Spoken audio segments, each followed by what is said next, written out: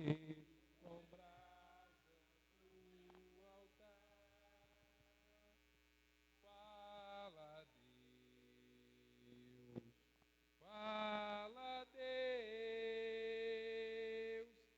sim, alegre atendo ao teu mandar. Livro de Jó, capítulo de número 1, versículos de número 20 até o 22. Livro de Jó, capítulo 1, verso de número 20 até o 22. Quero cumprimentar a amada igreja, os ouvintes de casa que estão acompanhando pelas redes sociais, com a paz do Senhor Jesus. Para mim é um privilégio grande estar ministrando a palavra do Senhor nessa noite. Quero primeiramente agradecer ao pastor Rafael pela oportunidade concedida. E eu creio que o Senhor vai falar contigo nessa noite. A tua vinda a este lugar não foi em vão, teve um propósito. O Deus te trouxe a este lugar porque Ele tem uma palavra para a tua vida. Diz assim a palavra do Senhor: então Jó se levantou, rasgou o seu manto, rapou a sua cabeça, se lançou em terra e adorou. Se lançou em terra e adorou, e disse: nu saí do ventre de minha mãe, e nu tornarei para lá. O Senhor o deu e o Senhor o tomou. Bendito seja o nome do Senhor. Em tudo isto, Jó não pecou, nem atribuiu a Deus falta alguma. Eu quero frisar o verso 20 que diz assim: então Jó se levantou, rasgou o seu manto, rapou a sua cabeça, se lançou em terra e adorou ao Senhor. E você pode se assentar em nome de Jesus. Glória a Deus. Amada igreja do Senhor, amados irmãos, irmãs, ouvintes de casa também, que estão acompanhando pelas redes sociais, e aonde a minha voz chegar. A palavra do Senhor nos conta, neste livro que leva o nome de Jó, a história deste homem, que sofreu, que passou por tribulação, por luta, por prova, que viveu os piores momentos da sua vida, mas que ainda assim ele não abandonou o seu Deus, mesmo no pior momento da vida dele. A Bíblia diz que havia um homem na terra de Uz, cujo nome era Jó. E este homem, pastor Rafael, era um homem reto, era um homem sincero, era temente a Deus. E quando a Bíblia diz que ele era sincero, íntegro, está dizendo que ele não era um homem de duas caras, ele não era um homem que falava uma coisa na sua frente e quando a pessoa virava as costas, ele falava outra completamente diferente. Não, tinha que falar na cara, ele falava na cara, ele era verdadeiro, ele era sincero. E isso agradava ao Senhor. Ele era reto, ou seja, ele procurava, irmão Dega, agradar o Senhor em todas as coisas. Ele procurava fugir daquilo que entristecia o Espírito Santo, porque ele sabia muito bem o que é que agradava ao Senhor, o que não agradava. Ele era um homem temente a Deus, ou seja, ele obedecia aos mandamentos do Senhor. Ele sabia o que era para cumprir e o que era para não cumprir, e se desviava do mal. Ele não ficava no meio da rodinha dos escarnecedores, ele não ficava no meio do povo que ficava ali fofocando, falando mal da vida dos outros, ele não ficava ali também no meio das pessoas que viviam conversando sobre coisas imorais, sujas. Não, se ele visse uma rodinha daquela ali, ele procurava fugir, porque ele sabia que aquilo ali ia contaminar a comunhão dele com Deus. E a Bíblia diz que por causa destas coisas, por causa dessas atitudes, Jó era abençoado por Deus. E se tem uma coisa que eu entendo é que Deus não abençoa gente de mau caráter.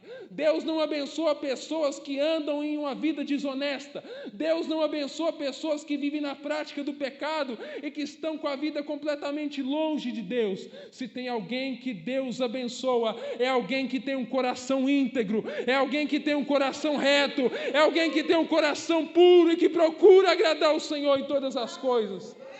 É esse que o Senhor ama.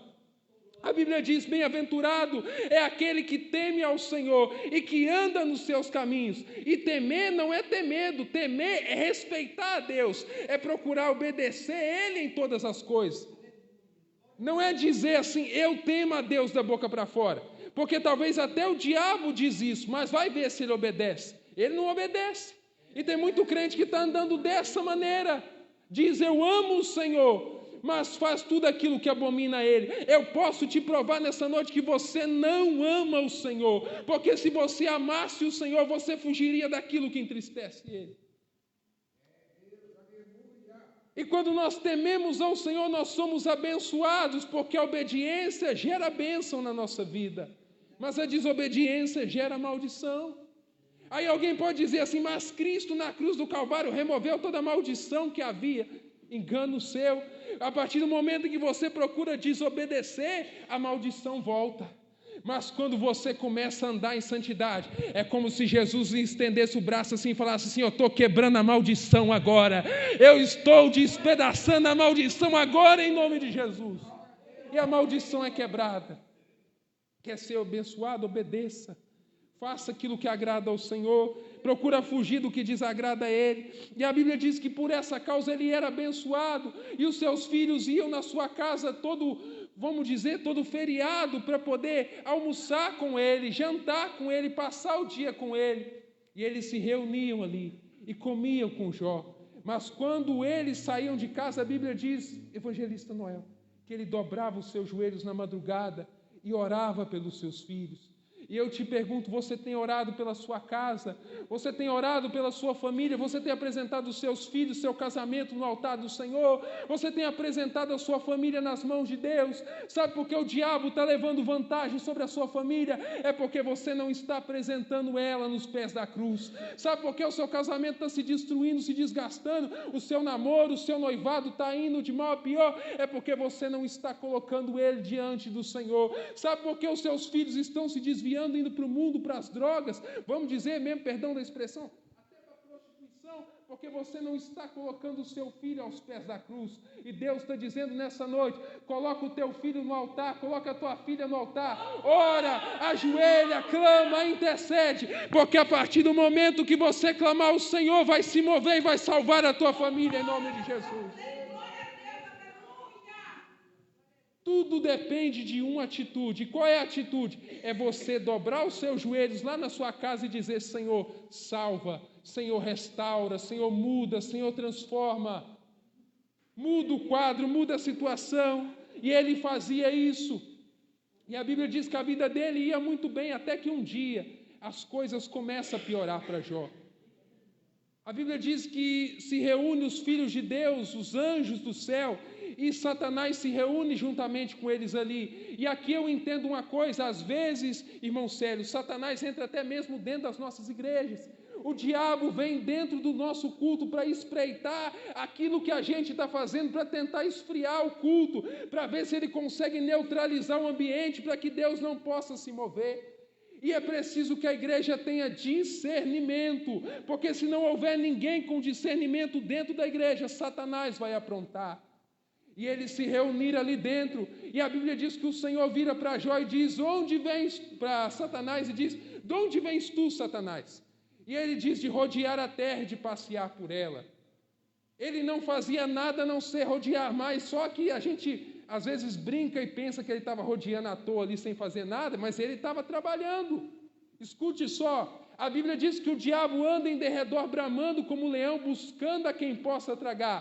24 horas por dia Satanás está te vigiando. 24 horas por dia Satanás está vigiando você para ver se você vai dar um descuido. Aí, quando você der um descuido, você vai abrir uma brecha e ele vai atacar. Só que eu tenho uma boa notícia para você. Ele está andando ao teu derredor, ou seja, um pouco mais longe de você. Só que ao teu redor está o Deus Todo-Poderoso e ele vai te guardar das investidas de Satanás. O teu Deus está ao teu redor. E Satanás só vai tocar em você se Deus permitir e se você abrir brecha. Mas enquanto você estiver com a sua vida no altar, meu irmão, não vai ter demônio que encoste na tua vida, não vai ter Satanás que toque em você. E a Bíblia diz que ele então se vira e diz, observaste tu meu servo Jó? Ele é íntegro, ele é reto, ele é sincero, ele é temente a Deus, ele se desvia do mal, ele procura fazer o que é certo. E então Satanás diz para Deus, mas Jó te obedece porque você abençoa ele financeiramente, porque ele é rico, mas toca naquilo que ele tem, e ele vai blasfemar de você agora. E a Bíblia diz que o Senhor então diz para Satanás, eis que ele está na tua mão, faz com ele o que você bem entender, mas só não toca na saúde dele, Porque o diabo, irmãos, ele só pode agir até onde Deus permite. Ele não pode agir além da permissão de Deus. E a Bíblia diz que então Satanás começa a tocar em tudo que Jó tinha. Toca nos 10 filhos morrem. Toca nos gado de Jó, os gado tudo morre. A casa de Jó começa a vir vento de tudo quanto é lado, a casa começa a cair, né? Semelhante à casa dos 3 porquinhos, vamos falar assim, né? Falar um negócio bem simples. Os 3 porquinhos, a gente sabe que o lobo soprava o vento, a casa caía, soprava outra, a casa caía. E o diabo estava fazendo mesmo, mandando o vento e a casa de todo mundo lá da família de Jó caindo. Até que um dado momento a Bíblia diz que chega um mensageiro e fala com Jó. Escuta, Jó, você perdeu tudo o que você tinha. Você não tem mais bens, você não tem mais filho, você não tem mais família, acabou. O que você vai fazer agora? E aí nós chegamos no texto que eu acabei de ler aqui.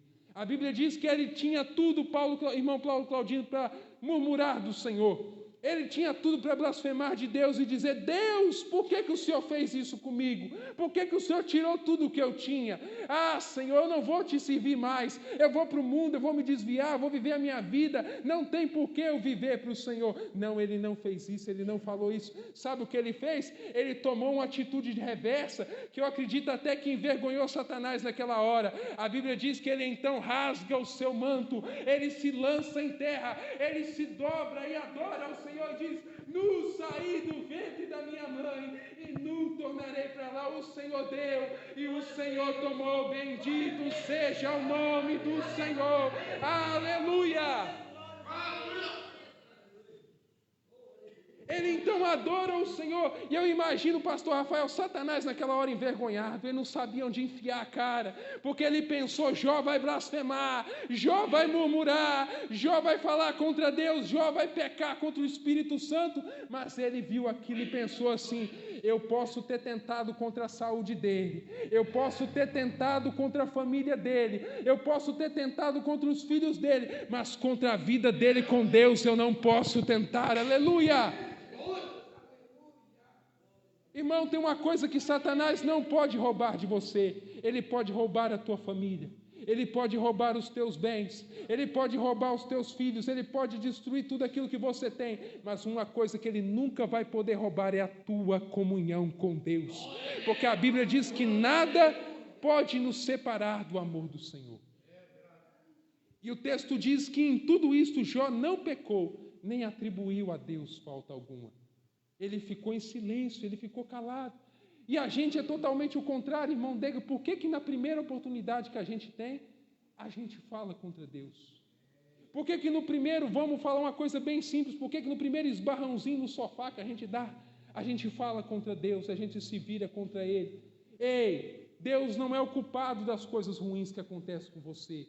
O culpado é Satanás. Satanás é quem causou mal na sua casa, Satanás é quem causou mal na sua família, Satanás foi quem causou tudo aquilo que aconteceu com você. Deus não é o causador disso, porque Deus é o autor do bem, Deus é o autor da vida, Deus é o autor de tudo aquilo que é bom. Não tem como Deus ser o culpado daquilo que aconteceu de ruim com você. Então para de transferir a culpa para Deus e tirar de cima do diabo. Devolva para o diabo a culpa que é dele, porque não é do Senhor, é de Satanás e tem que voltar para ele. E o texto diz que então começa a acontecer um verdadeiro calvário na vida de Jó. 9 meses sofrendo, 9 meses de tribulação, 9 meses de angústia, e os amigos de Jó que eram para se virar e ajudar ele naquela hora e levantar ele e dizer assim: Jó, estamos juntos, conta comigo.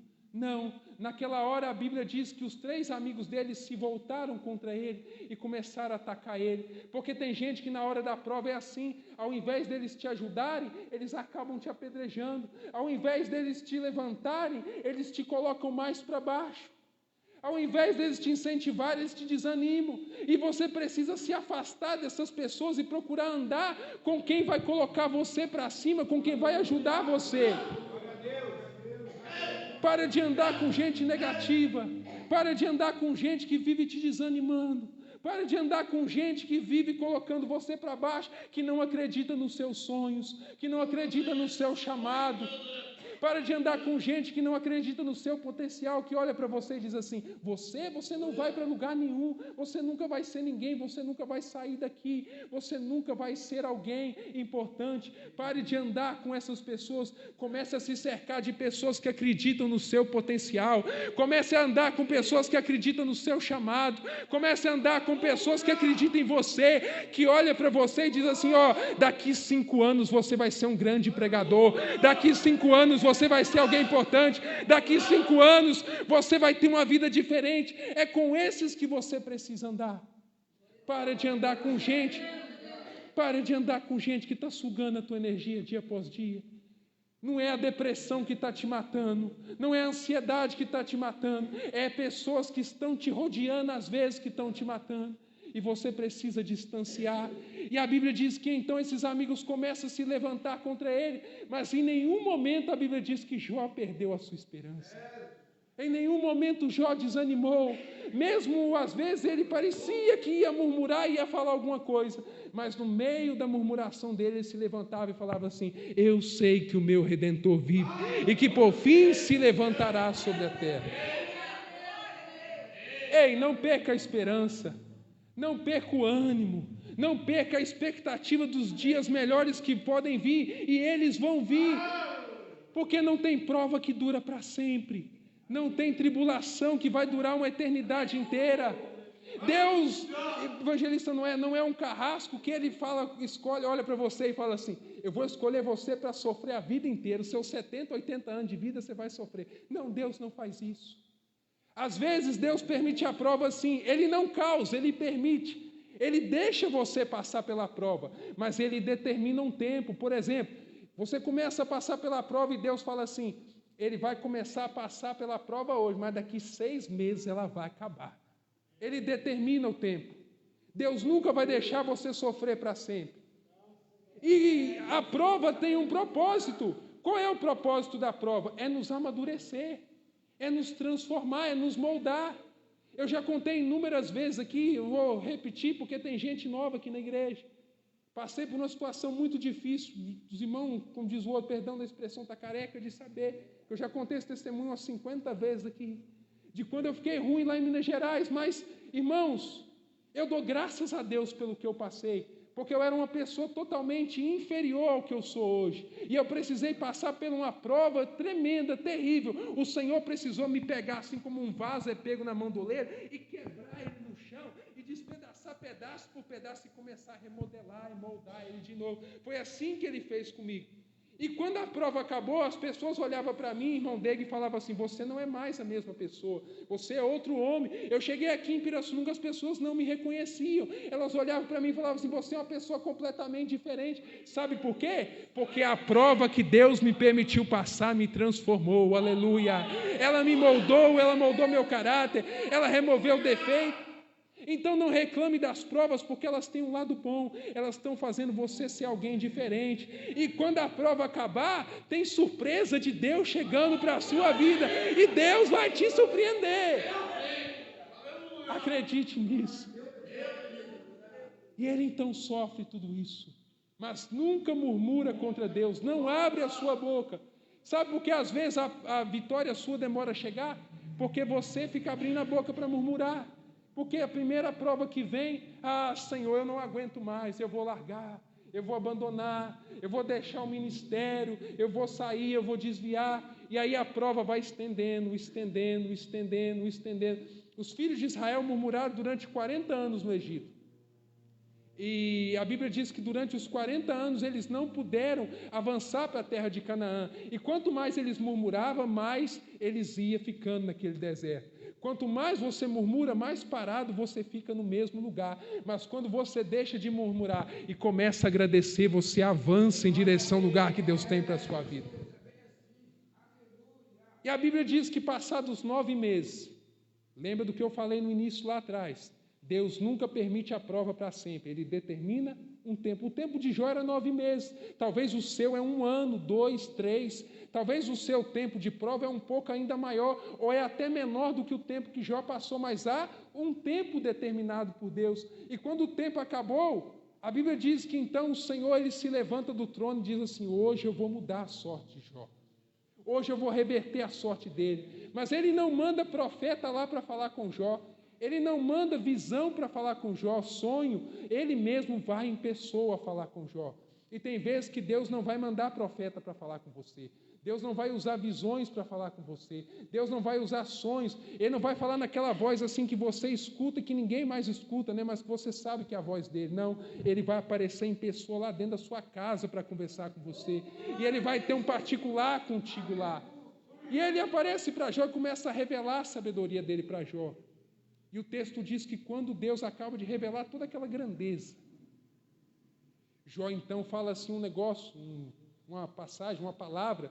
Até o pastor Rafael pregou isso aqui esses dias, que está lá em Jó 42:2. Bem sei eu que tudo podes, e nenhum dos teus planos pode ser frustrado.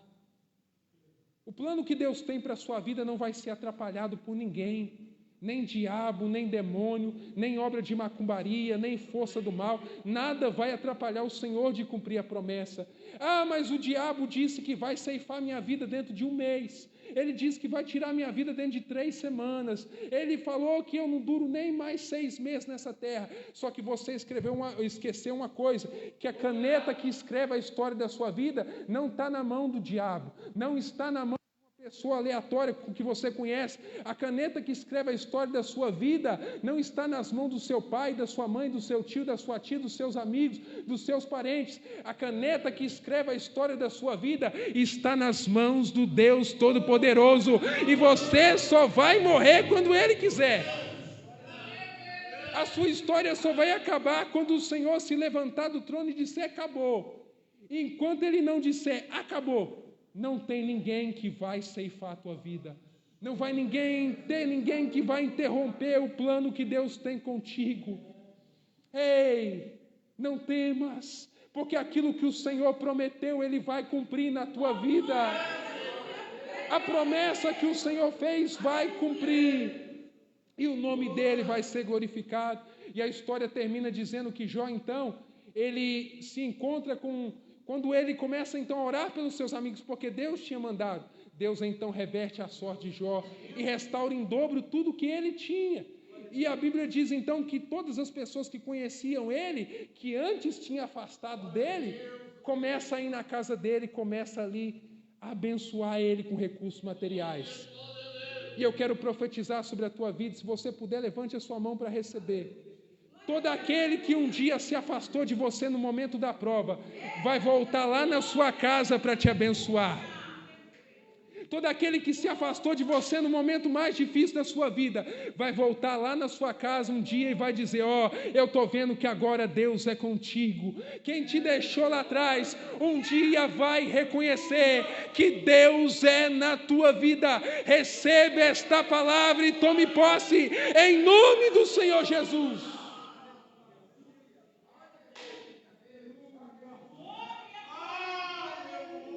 Quem te abandonou na hora da prova vai voltar lá na sua casa e vai dizer assim, eu vim aqui pedir perdão para você e dizer que hoje eu reconheço que Deus é na tua vida. E não vai ter só pedido de perdão, não. Eles vão voltar lá para abençoar você financeiramente também. Vai entregar presente na tua mão, vai entregar bênção na tua mão e vai dizer, isso aqui é só uma pequena prova de que eu reconheço que Deus é com você.